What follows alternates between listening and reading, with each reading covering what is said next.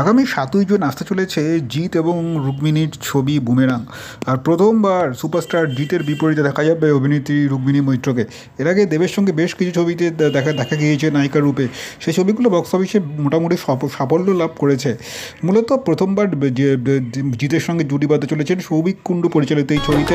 একটা বিশেষ চমক থাকছে, যে তথ্য জানা যাচ্ছে বেশ কিছু দৃশ্যে নাকি ন্যাড়া মাথা, সম্পূর্ণরূপে ন্যাড়া মাথা দেখা যাবে অভিনেত্রী রুক্মিণীকে।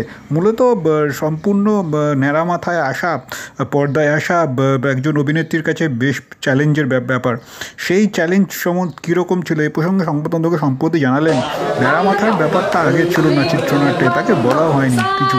তবে শ্যুটের মাঝেই একদিন পরিচালক সৌভিকের কাছ থেকে প্রস্তাবটা আসে, যার শুনে কিছুটা অবাকই হয়েছিলেন অভিনেত্রী।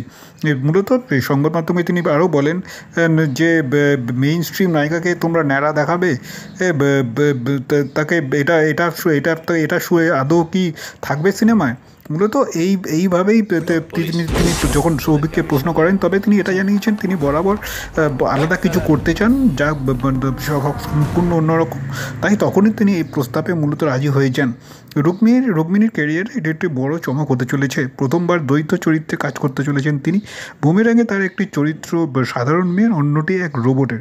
আর এই রোবটের চরিত্রের জন্যই তাকে ন্যাড়া মাথায় দেখা যাবে। মেকআপ নিতে তাকে প্রত্যেক দিন 3 ঘন্টা সময় দিতে হতো। তার টাক মাথা কোনোভাবেই প্রভাব ফেলতে পারেনি রুক্মিণীর আত্মবিশ্বাসে। দেবের বান্ধবী তথা অভিনেত্রী রুক্মিণী জানিয়েছেন, নিজেকে তো বিদেশি সুপার মডেল লাগছিল তার। কত যে ছবি তুলেছেন এই লুকে নিজে জানিয়েছেন। নিজেকে ভেঙে গড়ে নেওয়ার এই জার্নি তার কাছে শুরু করে দিয়েছেন বেশ কয়েক বছর আগে থেকে। তাকে ভবিষ্যতে দেখা যাবে নটি, বিনোদিনী আর দ্রৌপদী হিসেবে 2টি ছবিতে। পরিচালক রামকমল মুখোপাধ্যায়। খুব সম্ভবত জুন জুলাইয়ের পর মুক্তি পাবে বিনোদিনী, একটি নটির উপাখ্যান এই ছবিটি।